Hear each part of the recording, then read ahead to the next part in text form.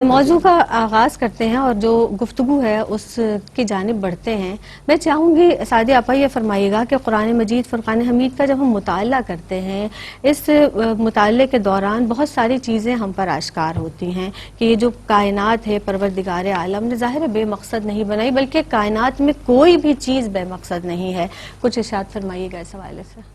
اعوذ باللہ من الشیطان الرجیم بسم اللہ الرحمن الرحیم والصلاة والسلام علی سید الانبیاء والمرسلین. بے شک اللہ تبارک و تعالیٰ کا نام صفاتی نام ہے الحکیم. وہ بہت زیادہ حکمت والا ہے. اس نے پوری کائنات کو تخلیق فرمایا اور کوئی شے اس کائنات کے اندر ایسی نہیں ہے کہ جو مصلحت سے عاری ہو یا اس کی حکمت اس میں نہ ہو. اور اس کا ارشاد اللہ نے سورہ دخان کی 39 نمبر کی آیت کے اندر کیا ہے. پھر ہم سورہ آل عمران کی طرف، یہ بہت ہی معروف ہے اور اس کو پڑھا جاتا ہے بار بار، ہم لوگ مختلف مقام پہ پڑھتے ہیں. والذین یذکرون اللہ قیاما وقعودا وعلی جنوبہم یتفکرون فی خلق السماوات والارض. وہ لوگ جو اللہ کی عبادت کے اندر، اللہ کے ذکر کے اندر دن اور رات اٹھتے بیٹھتے لیٹتے مصروف رہتے ہیں. اس ذکر کی خاصیت سے، اس ذکر کا کمال یہ ہے کہ وہ پھر ان کے غور و فکر کے سارے در کھل جاتے ہیں ان کے اندر، اور وہ پھر اس کائنات کی زمین و آسمان کی طرف جب ہر شے پر نظر کرتے ہیں تو کہتے ہیں ربنا ما خلقت ھذا باطلا. اے اللہ تو نے تو کوئی چیز ایسی بنائی ہی نہیں جو کہ بے مقصد ہو. پکار اٹھتے ہیں وہ بے ساختہ. رب کائنات کا کوئی بھی فعل یہ سمجھنا کہ وہ خالی از حکمت ہے، یہ تخلیق شان، یہ جو تخلیق ہے یہ شان الوہیت کے منافی ہے اور یہ انسان کو کفر میں لے جاتی ہے. تو ایسی سوچ ہرگز نہیں رکھنی چاہیے. ہمیں کسی چیز میں اگر کوئی حکمت، پوشیدہ حکمت سمجھ میں نہیں آ رہی تو یہ ہماری عقل کا فطور ہے. ہم اپنی عقل کو استعمال نہیں کر رہے. اللہ نے جب عقل کو پیدا کیا تھا تو یہ فرما دیا تھا کہ اس سے زیادہ کرامت والی چیز میں نے پیدا نہیں کی، اور عقل کو ہم استعمال نہیں کر رہے. تو یہ تو ہمارا نقص ہے. تو پھر کائنات کی سب سے افضل ترین شے جو انسان ہے وہ کیسے بے مقصد آ سکتا ہے اس دنیا کے اندر؟ کیسے ممکن ہے یہ کہ بے مقصد ہو؟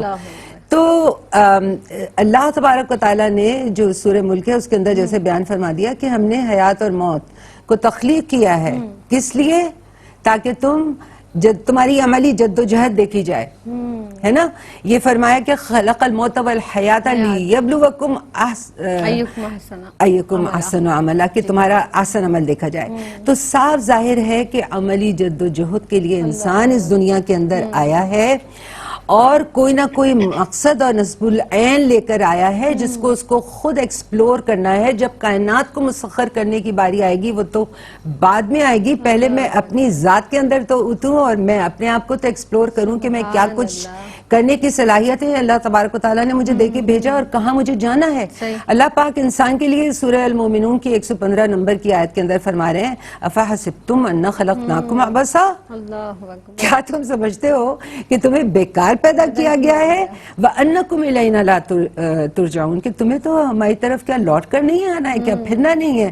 تو یہ اس ذات نے ہمیں تخلیق کیا ہے اب اس کی بندگی کرتے ہوئے. اس لیے میں نے وہ جو کہا تھا کہ جو ذکر کرتے ہیں، یہ جو ذکر اللہ کی یاد ہے، اللہ کی طرف رجوع ہے، اللہ سے رابطہ ہے. یہی آپ کے وہ تمام بند دروازے جو آپ کے اندر ہیں، وہ عقل کے ہوں، چاہے وہ حکمت کے ہوں، چاہے وہ فراست کے ہوں، وہ تمام پھر کھولنا اللہ کی طرف سے شروع ہو جاتے ہیں. وہ کھولتا رہتا ہے اور پھر وہ اخلاقی کمال حاصل کرنے کے لیے بھیجا گیا ہے. تو وہ اخلاقی یعنی بندگی جو ہے، عبادت جو ہے، وہ اس کو اس کمال تک پہنچاتی ہے جس کا ذکر ہم اکثر کرتے ہیں، لقد خلقنا الانسان فی احسن تقویم. وہ تو احسن تقویم کے درجے کے لیے دعا مانگنی چاہیے انسان کو کہ اللہ پاک ہمیں اس پہ پہنچائے. تو اگر ہمیں مقصد تخلیق کا شعور حاصل ہو گیا، ہمارا اندر سے شعور، یہ جو عبادت ہے، یہ جو ذکر ہے، یہ کس لیے ہے؟ تاکہ ہم اندر سے جو شعور ہے وہ بیدار ہو. اگر وہ بیدار نہیں ہو رہا، اس کا مطلب ہے عبادتوں میں نقص ہے، آپ کے اپنے عمل کے اندر نقص ہے. تو تبھی آپ اپنا نصب العین کی طرف بڑھیں گے، تبھی آپ کو اخلاقی کمال حاصل ہوگا. اور یہ بھی بات ذہن نشین کر لیں کہ عبادت کا بہت ہی جامع اور وسیع تصور ہے.